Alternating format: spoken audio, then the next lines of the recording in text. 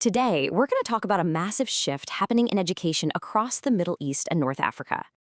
It's a move away from traditional classrooms and into virtual worlds. And believe me, this isn't science fiction anymore. It's becoming the new reality for students right now.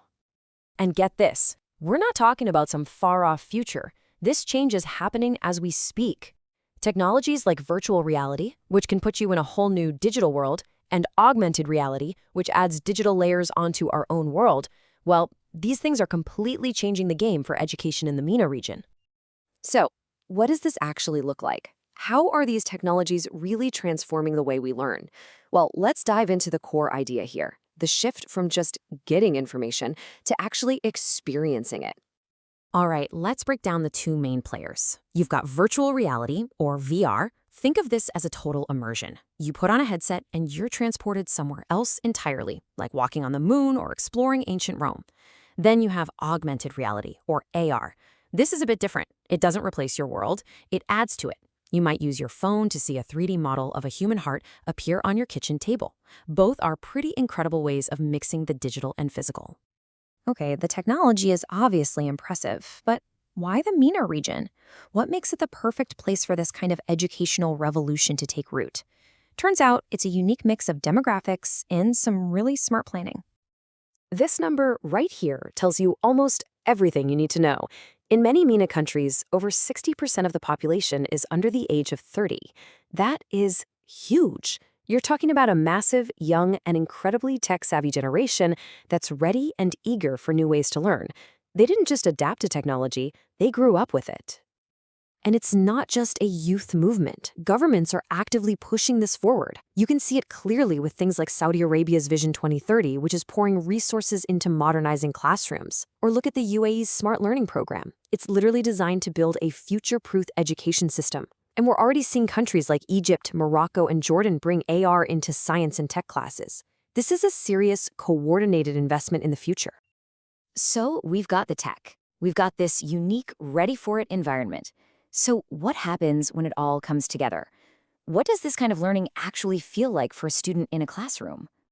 Well, just imagine this. Forget trying to memorize dates and names from a history book. What if you could put on a headset and literally walk the ancient streets of Petra, or stand at the foot of the pyramids in Giza and see them as they looked thousands of years ago? All of a sudden, history isn't just a subject you study, it's a place you can go. And what about science? Some experiments are just too dangerous, or the materials are way too expensive for a typical school lab. Well, in a virtual lab, that's not a problem. Students can mix chemicals, run simulations, and learn by trial and error, all without any risk or any cost for materials. It lets pure curiosity lead the way. This goes way beyond the standard school subjects, too. It's becoming a total game changer for professional training.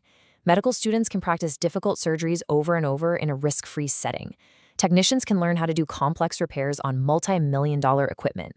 They're building not just the skill, but the confidence to get it right when it counts.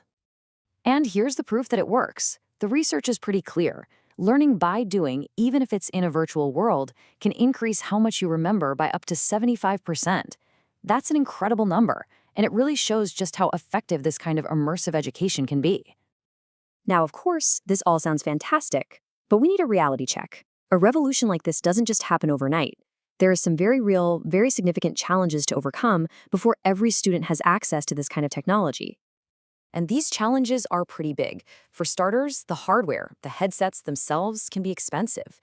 Not every region has reliable, high-speed internet. And maybe one of the biggest issues is the lack of content, especially high-quality content in Arabic. Plus, you need to train teachers how to actually use all this. But, every single one of these challenges is also a massive opportunity for local innovators to create solutions that are tailored for the region. So how do you solve these problems? Well, no single group can do it alone. If this is going to work, it's going to take a collaborative effort.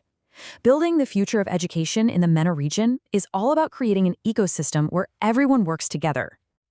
And this ecosystem really relies on three key players. First, you need the creative edtech startups who are actually designing these amazing learning experiences. Second, you need the big telecom and AI firms to build the digital highways that deliver this content.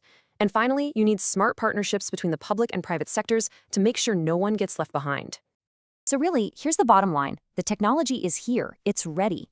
The challenge isn't about inventing something new anymore. The real work now is about coordination, about getting everyone on the same page, and about empowering local creators to build an amazing library of content that really speaks to the culture and the students of the region.